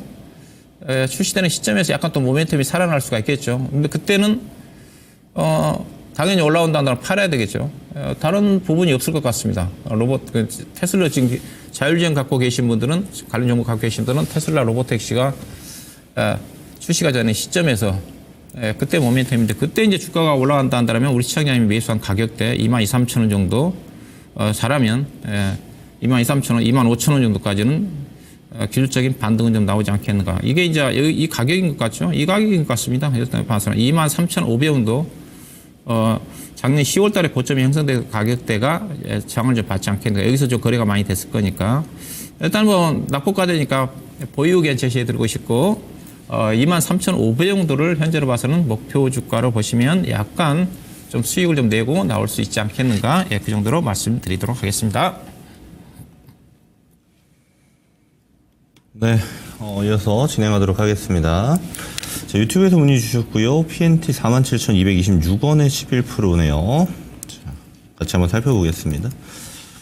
제가 PNT를 상담 드릴 때마다 그런 이야기 많이 드려요. 참 억울한 종목이다. 그래서 개별적으로 굉장히 좋은 실적을 보유하고 있고 또 개별적으로 좋은 수주 물량을 가지고 있음에도 불구하고 섹터가 약하니까 잘 못 간다 이런 이야기 많이 드렸거든요. 그래서 2차 전지를 살 거면 PNT 사셔라 그런 얘기를 드리는 종목이기도 합니다. 그래서 얘는 좀 기다려 보셔도 될 것 같아요. 결론부터 얘기 드리면은 그러니까 실제로 얘가 주가 퍼포먼스가 세게 나왔을 때 보면은 얘가 가지고 있는 수주라든지 얘가 가지고 있는 이 지금 매출 퍼포먼스를 시장이 인정하는 구조였다라고 볼 수 있는 건데 그 이후에 2차 전지 전반적인 하락이 지속되니까 내려가고 있는 거거든요. 비슷한 유형이 실리콘 음극재 기업들도 비슷합니다. 실적 괜찮은데 내려가고 있는. 그러니까 2차 전지 대장들이 좀 비실비실하니까 그 밑에 있는 애들이 개별적으로 잘해봤자 같이 내려가는 구조다라고 판단할 수가 있는 거거든요. 그래서 지금은 보게 되면 최근에 올라온 듯 하다가 다시 한번 조정을 좀 받고 있는데 제가 두 번째 동그라미 친 이 정도 구간입니다. 여기는 사실 PNT 그리고 2차 전지의 하락 이런 거를 떠나서 시장 조정이 좀 세게 나왔어요. 그래서 낙폭이 나올 만큼 나온 거다라고 판단하시는 게 저는 괜찮다라고 보고 있는 거고 실제로 평단을 보게 되면은 자 47,000원대니까 이 정도 되겠죠. 어떤 얘기 드리고 싶은 거냐면 이거 따라가신 거예요. 그러니까 이 밑에서 길 때는 안 사고 올라가니까 또 좋아 보여서 사는 이런 구조로 간 건데 그렇게 하시지는 않았으면 좋겠습니다. 어떤 종목을 사시든지 언제든지 따라갔을 때 돈 벌 확률이 낮아요. 주식 투자라는 게. 내가 데이 트레이더다. 오늘 아침에 사가지고 이따가 점심 먹을 때 팔겠다. 뭐 이런 구조로 타겟팅 하시는 거야 뭐 실력에 따라서 하실 수 있다고 판단합니다만은 대부분의 경우 이렇게 쭉 올라가서 위에 붕 떠 있을 때 사시면 물리는 경우가 많죠. 그거는 뭐 좋은 종목이건 안 좋은 종목이건 마찬가지입니다. 지금 막 올라가고 있는 방산주들도 꼭대기에 사면 손실이 찍히는 게 당연한 거거든요. 그래서 제가 궁극적으로 드리고 싶은 얘기는 처음에 먼저 말씀드린 겁니다. 얘는 좀 물려가도 괜찮아요. 이 47,000원대가 따라가서 문제가 된 거지 가격 자체가 높지는 않습니다. 그래서 이 정도 구간은 기다리시면 본전은 온다 이렇게 얘기 드릴 수 있는 거고 그리고 실제로 퍼포먼스가 나왔을 때 가격은 기간 투자한다라는 가정하에 6만 원 정도 구간까지는 충분히 열려 있어요.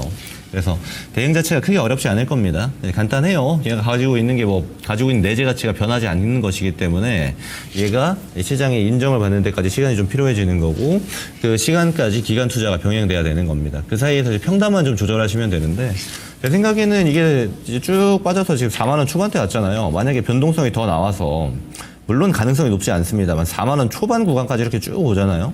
그러면 산 만큼 한번 더 사셔도 될 것 같습니다.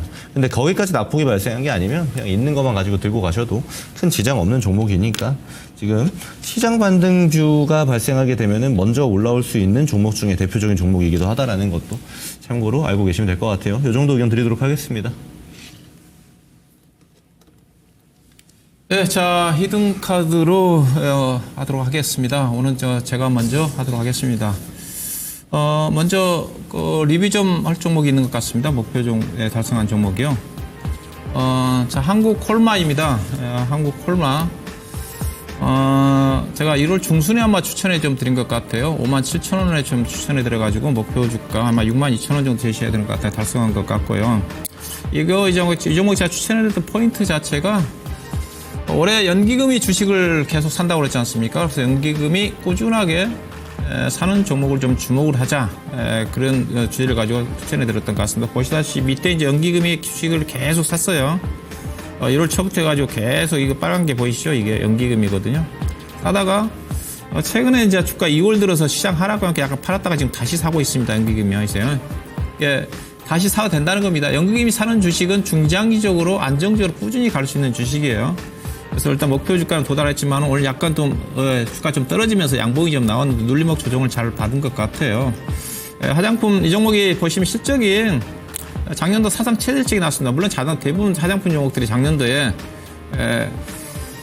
일부 중소의 화장품 종목 중심으로 해서 실적이 좋았지만 작년도 영업이익이 1956억 나왔거든요. 국내 화장품 회사들이 좋을 때가 2020년도인데 중국에 어떤 수혜를 좀 받으면서 그때 회사 영업이익이 1217억인데 그때보다도 거의 한 60% 이상 증가된 영업이 1956억이니까 올해 실적이 지금 전망치가 PER 단위 12.7배 정도 된 수준이거든요. 예산은 시장 안정성이 있기 때문에 PER 기준에서 15배 정도까지 가야 됩니다. 그러면 적정 주가가 주당 EPS가 거의 5,000원이니까 75,000원 정도 나오거든요. 그렇게 본다 한다면 이 종목은 68,000원 내지는 7만 원 정도까지 갈 수 있는 주식이다. 연기금이 다시 사고 있으니까 그렇게 해서 보유하고 계신 분들은 68,000, 7만 원 정도 보시고요. 그리고 참고로 차량품이 최근에 2월달 수출 동향을 보게 되게 되면 작년 대비해서 23% 증가했어요. 전반적으로 수출이 안 좋은 쪽에서. 그래서 화장품 영업들의 실적이 대체로 좋게 나올 것 같습니다. 근데 문제는 지금 화장품이 그것도 미국발 트럼프 관세의 영향을 받다 보니까 그것도 모멘텀이 약하고 약하지만은 현재 1월달, 2월달 수출을 봐서는 수출이 많이 늘어나고 있기 때문에 실리콘2를 중심으로 해서 관련된 종목들을 충분히 조정 좀 받았기 때문에 한국 콜마와 함께 관심을 가져볼 필요가 있지 않겠는가. 그래서 한국 콜마 가지고 계신 분은 추가 매수 가능할 것 같고 다음 목표 주가 68,000원을 보시면 될 것 같습니다. 예, 자, 그다음에 오늘 히든 카드는요. 바이오 제약 쪽에서 좀 가지고 나왔는데 히든 섹터 주제는 유럽 폐암 학회에 좀 주목하자는 주제를 가지고 좀 말씀 좀 드리도록 하겠습니다. 바이오 이제 학회가 1월 달에 이제 JP 모건 헬스코어 컨퍼런스가 좀 지났고 2월 달에는 대체적으로 좀 지나갔고 이제 3월 달부터 이제 본격적인 학회 일정이 시작이 좀 됩니다. 우선적으로 3월 달에 예정된 학회가 3월 26일부터 29일까지 있을 프랑스 파리에서 유럽 폐암 학회가 있습니다. 폐암 학회가 있는데 근데 여기에 참여하는 기업들은 많지가 않아요. 많지가 않은데 대표적으로 국내에서 폐암과 관련해 가지고 암과 관련해 가지고 이슈가 있는 알테오젠하고 유한양행이 임상 결과를 좀 발표를 합니다. 알테오젠은 이제 알다시피 머크사와 병용요법 키투르자죠. 키투라 SC 병용요법과 관련된 3상 아마 결과를 좀 발표를 하니까 그래서 요즘 딱 흐름이 좀 나쁘지가 않죠. 그리고 이제 유한양행 같은 경우는 얀센과 파트너죠. 얀센과 페라자와 관련된 렉나자와 관련된 3상 데이터를 이번 학회에서 좀 발표가 좀 됩니다. 아마 관련 초록 같은 경우는 아마 20일 정도에서 공개가 되는 것으로 알고 있고 파트너사가 발표하는 것으로 알고 있어요. 알테오젠 같은 경우는 이제 머크사가 발표할 거고 유한양행 같은 경우는 얀센이 좀 발표를 좀 하겠죠. 그래서 국내 관련 기업들 이번 이제 폐암 학회뿐만이 아니라 또 4월 달에도 이제 미국 암학회가 있습니다. 이게 계속 이어져요.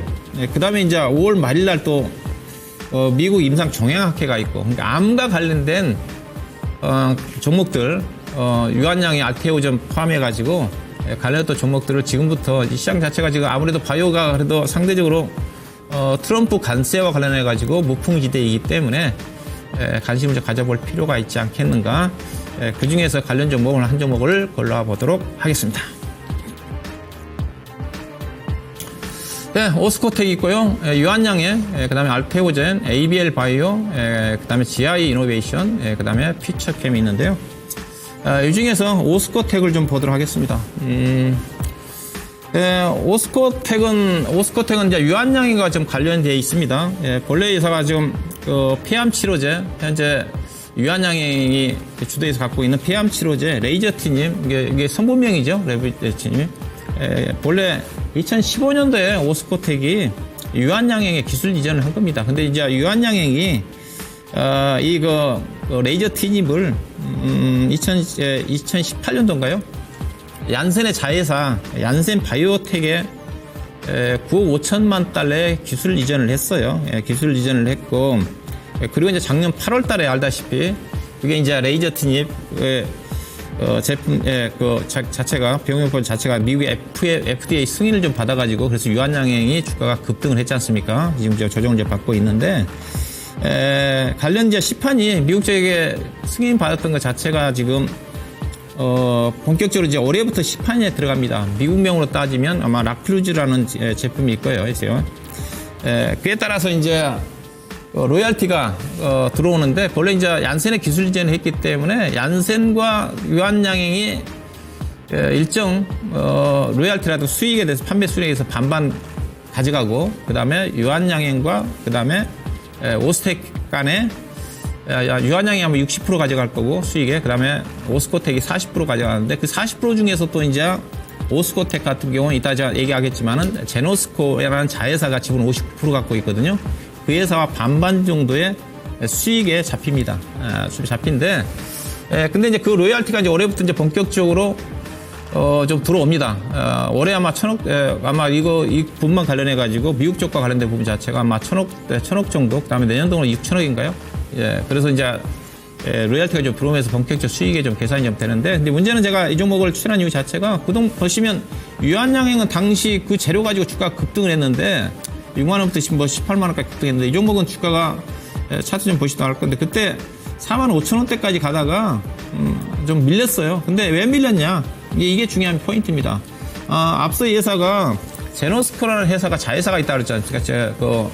이 회사가 이제 상장을 시키려고 그러니까 알다시피 상장을 시키게 된다 한다면 오스텍이 빠져나가는 거니까, 오스텍이 주주의 입장에서 보면 분할 상장이니까 예컨대 LG 에너지 솔루션이 LG학에서 떨어져 나갔듯이 LG학이 홀대를 받은 거지 않습니까? 그래서 소액 주주들이 제노스코 상장을 시키지 말아라 압력을 좀 넣으면서 최근에 그래서 제노스코 상장이 작년 10월달 IPO 신청을 했는데 무산이 됐어요. 오늘 거의 안 할 거야. 금융감독에서 상장 안 받아주는 걸로. 그래서 그 온순하니 결국 이제 오스코텍에 이제 주가에 좀 반영되지 않겠는가. 그런 또 부분도 이제 불확실성 해소가 좀 됐으니까 그때는 못 갔으니까. 차트를 보시다면 이것 때문에 주가 떨어진 거거든요. 작년 10월 달에 이제 상장한다는 것 때문에 주가가 43,000원 돼가지고 여기까지 떨어졌거든요. 근데 오늘 나온 내용으로 봐서는 상장을 안 받아주는 걸로, 무산시키는 걸로 했기 때문에 이 종목이 이제 점진적으로 우상하지 않겠는가. 근데 그런 같은 포인트 좀 보시면 될 것 같고요. 매매 전략은 오늘 뭐 주가 하락하면서 올랐으니까 따라가지 마시고 근데 조정 나옵니다. 32,000원 아래권에 충분히 살 수가 있을 것 같고요. 살 수 있을 것 같고. 매도 목표는 일단은 36,000원 정도 1차로 정도 좀 잡아드리고 싶고요. 1차적으로 36,000원 정도를 보시고 2차는 42,000원 정도 언저리 정도를 매도 목표로 보시고 손절 가격은 28,500 정도를 보시면 될 것 같습니다. 네, 저도 이제 제가 준비한 히든카드 만나보기 전에 제가 지난 추천드렸던 종목들 리뷰 먼저 진행을 해보도록 하겠습니다. 자, 우선 3차 목표가 도달된 게 APR 있습니다. APR 같은 경우는 제가 실적 베이스 종목으로 상당히 저평가 영역에서 좀 이야기를 드렸었는데 사실 단기간 안에 좀 많이 올라왔어요. 좀 특이점이라고 본다라면은 최근에 이제 다른 섹터들에 비해서 APR은 좀 훨씬 더 강하다라고 좀 이야기 드릴 수 있는데 그 측면은 상대치 그리고 상대적인 강세 유지입니다. 이런 측면들은 오히려 굉장히 긍정적이라고 볼 수 있는 거고, 실제로 제가 2월 수출 데이터도 제 공개 방송에서 좀 이야기 드렸습니다만 지금 3월 1일부터 3월 10일까지 수출 데이터가 또 나왔죠. 여기서도 이제 가정용 미용기기 대표적으로 이제 APR이 취급하고 있는 항목들의 데이터가 무난하게 또 성장하고 있다라는 측면도 우리가 바라봐야 될 것 같고요. 당연하겠지만 저는 추가 목표가 드리고자 하고요. 지금 가격부터는 이제 없는 분들이 따라잡기에는 좀 부담스럽다라고 이야기를 드릴 수가 있겠습니다. 그래서 들고 가는 분들에 한해서 추가 목표가를 대응하시면 되는 영역으로 둘 것 같고요. 지금부터 조정이 좀 나오는 폭에 따라서 한 6만 원 미만 가격부터는 없는 분들도 채우셔도 되는 종목으로 판단하셔도 되겠다고 의견 드리고요. 다음 목표가는 7만 5천 원 이야기를 드려보도록 하겠습니다. 자, 이어서 히든카드 같이 한번 만나보도록 하겠습니다. 제가 준비한 히든 섹터는요, 반도체입니다. 자, 지금 보면은 반도체 얘기하시는 분들 별로 없죠. 특히나 이제 반도체에 대해서도 부정 의견을 주시는 분들도 많은데, 실제로 저도 작년 7월부터 해서 작년 이제 12월 말까지 반도체에 대해서 아직 매수할 시기가 아니다라는 의견을 드렸는데 1월부터 해서 좀 바뀌는 측면들이 있습니다. 뭐냐면 반도체 특히나 레거시 단에서 판가가 슬슬 꿈틀거리고 있다가 실제 3월 들어서 판가가 상승하기 시작했어요. 지금 낸드부터 상승을 하기 시작했고, 또 하나 중요한 건 뭐냐면 2월 1일부터 2월 말까지의 수출 데이터에 반도체 소재 장비가 많이 찍히기 시작했습니다. 반도체 전반적인 수출 안에서 파이가 굉장히 커지고 있는 건데, 어떨 때 이런 특징이 있는 거냐면 반도체에 대한 투자가 많이 가속화되는 시점에 이런 특징들이 나타나게 마련이거든요. 그럼 이랬을 때 주가 퍼포먼스가 나오는 거는 소재 장비단에서 먼저 발생할 수가 있다는 거고, 그리고 나서 궁극적으로는 SK 하이닉스나 삼성전자처럼 대장도 같이 움직이는 여건들은 어느 정도 마련이 됐다라고 볼 수가 있는 겁니다. 다른 말로 하면 반도체가 업황상 바닥을 좀 지나갔다라고 볼 수 있는 건데, 물론 HBM은 제외입니다. HBM은 여전히 좋고 레거시 단이 바닥을 지나갔다라고 판단할 수가 있는 건데, 이런 측면들을 고려한다면 지금 시장도 가격 메리트를 많이 주고 있고 반도체 섹터도 조정이 깊었기 때문에 가격적인 매력도가 충분한 시장에서 충분히 반도체를 담아봐도 되지 않을까라는 의견을 같이 드려보도록 하겠습니다.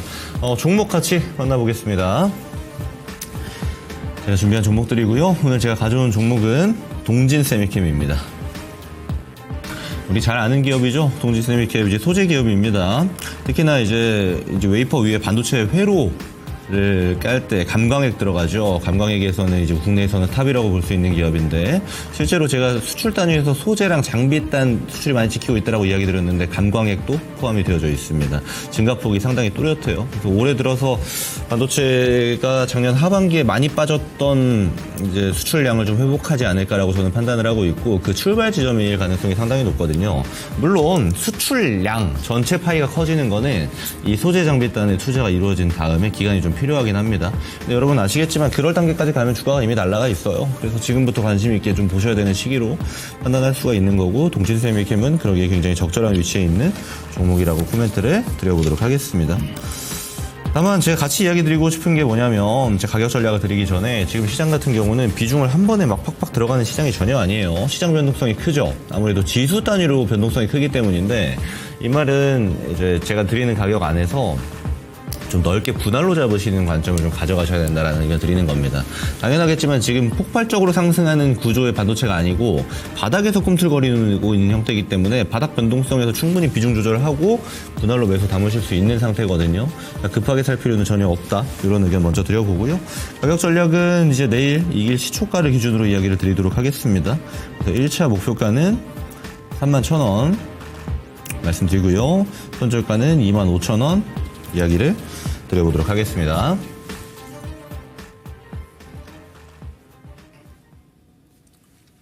예, 뭐 빠르게 좀 지나가네요. 오늘 김근호 전문가하고 네. 많이 좀 비교가 되는 것 같아가지고. 제가 김근호 전문가한테 본받는 것 자체는 말 자체가 차분하게, 제가 말이 너무 빨라가지고 그런 거 고쳐야 되는데 많이 좀 배워야 될 것 같습니다. 과찬이신 것 같고요. 제가 많이 배워야 되지 않나라는 생각이 좀 듭니다. 네.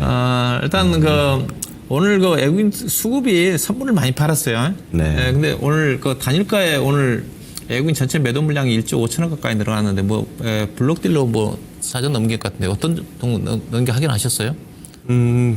글쎄요, 제가 디테일하게 거기까지 보지는 못했는데. 3천억 정도 매도를 봤는데 최종 거래 대금이 보니까 1조 5천억 매도가 좀 잡혔어요. 저도 지금 봤는데.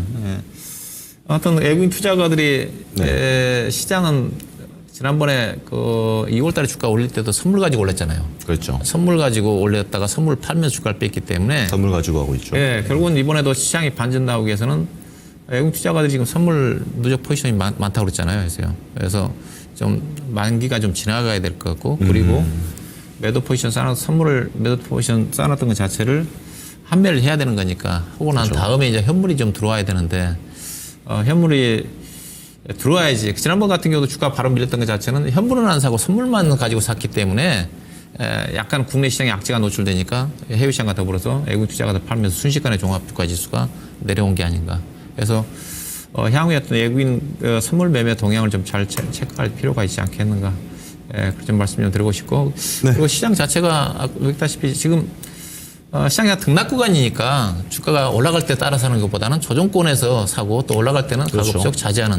지금 적극적으로 잠아드는 시기로 저는 개인적으로 좀 평가할 수 있을 것 같습니다. 또 하나 이제 우리 우정정 님도 공개 방송 있으시죠? 네, 그렇죠. 저는 항상 일요일 날 저녁에 하고 있습니다. 일요일 저녁에. 그러면 이번 주에는 또 시장 이야기를 좀 중심에 두고 하실 생각이신 건가요? 그렇죠. 시장에 주목을 할 때는 이제 시장 얘기를 하고, 아무래도 지금 이제 시장이 좀 중요하니까 이대로 시장이 진행된다는 시장의 방향에 대해서 좀 얘기 좀 해야 될 것 같고, 그 다음에 이제 시장의 관심 자체가 아무래도 개인 투자가들이 많이 갖고 있는 것 자체가 반도체 2차 전지잖아요. 2차 전지이기 때문에 저는 이제 아직까지 2차 전지는 조금 제가 지금은 주가 많이 떨어져서 약간 중립적인 시각이라고 얘기했었는데, 워낙 2차 전지에 대해서 팬들이 많아가지고 약간 좀 부정적으로 얘기를 하면 약간 또 혼나죠. 혼나더라고요. 근데 그거를 근데 원래 주식이라는 것 자체가 모두가 똑같을 수가 없는 거고, 오히려 부정 의견이 많으면 주가 바닥이잖아요. 그렇죠? 보통 그런 경우가 많죠. 그렇죠. 네. 그래서 부정도 의견이 있을 수 있는 거고, 모든 사람이 좋다 하면 주가는 또 꼭지가 되는 거고, 그렇죠? 그럴 때가 참 많은 것 같습니다. 저는 이제 가급적 진단할 때도 그렇지만 이제 펀드멘탈 가지고 숫자를 가지고 얘기하는 부분이기 때문에, 숫자를 가지고 얘기한다 한다면 2차 전지를 좋게 얘기할 수는 없어요. 지금 대세요. 이제 좋아지는 시점 자체가 숫자로 나야 되는 맞죠. 거고 그래서 그런 또 부분들을 말씀드리는 거니까 그래서 지금은 저는 2차전 얘기를 할 때 앞서 이제 LNF도 좀 얘기를 했지만은 주가가 올라가기에는 지금 특히 이제 3월 30일 날 공매도가 전개되고 있고 시점이고 2차 전지를 중심으로 해서 공매도 잔고가 지금 계속 대차 잔고가 쌓이더라고요. 네. 그래서 이제 주가가 올라가면 그때 또 공매도도 좀 조심해야 되는 거기 때문에 조심조심 추가용 매수는 자제하고 오늘처럼 주가 떨어질 때 사고 올라갈 때는 조금 자제하는 네. 그런 의견입니다. 저는. 감사합니다. 자, 우선 저도 공개 방송이 좀 예정되어져 있습니다. 여러분 아시겠지만 저는 매주 월수금 제 유튜브 김근우의 근본투자 채널에서 여러분들께 진행드리고 있고요. 오후 4시에 진행하고 있습니다. 우리 운용령님이 좋은 코멘트 주셨던 것처럼 저는 사실 지금 이 지수 단위로 해서 엄청 큰 상승을 기대하는 시기는 좀 아닌 것 같아요. 오히려 지수가 많이 내려갔기 때문에 반등 정도는 줄 수 있겠습니다만은 오히려 지금 이럴 때 좀 종목에 집중해야 되는 때가 아닌가라고 개인적으로 보고 있고 이 종목에 집중한다라는 뷰는 레포트가 되게 깔끔해야 된다라고 봐요. 그래서 지금은 예를 들어서 사실 거의 한 2주 연속으로 하락이 지속되다 보니까 마이너스 좀 찍힐 수 있는 겁니다. 그럼 얘네 들고 가도 되는 건가? 예를 들어 비중이 좀 부족하면 더 사도 되는 건가? 이런 애들이 존재하는 반면에 지금 이 조정 나올 때 조심해야 되는 애들이 있어요. 오히려 얘네들은 지금이라도 파는 게 낫나? 이렇게 구분이 지어져야 되는 시간이라고 저는 개인적으로 보는데 아마 내일 공개방송 오후 4시에는 제 유튜브에서 그런 이야기를 주로 할 것 같습니다. 종목과 섹터 구분을 확실히 해야 되는 지점들에 대해서 좀 구체화해서 이야기 드리지 않을까 이렇게 생각을 하고 있고요. 많은 분들 참석해 주시면 좋을 것 같습니다. 예, 저는 내일 건너뛰고 네. 목요일 날 신의 한수에 찾아뵙도록 하겠습니다. 네, 여러분 시청해 주셔서 고맙습니다. 다음 네. 주 화요일에 다시 뵙도록 하겠습니다. 네, 고맙습니다. 고맙습니다. 수고하셨습니다.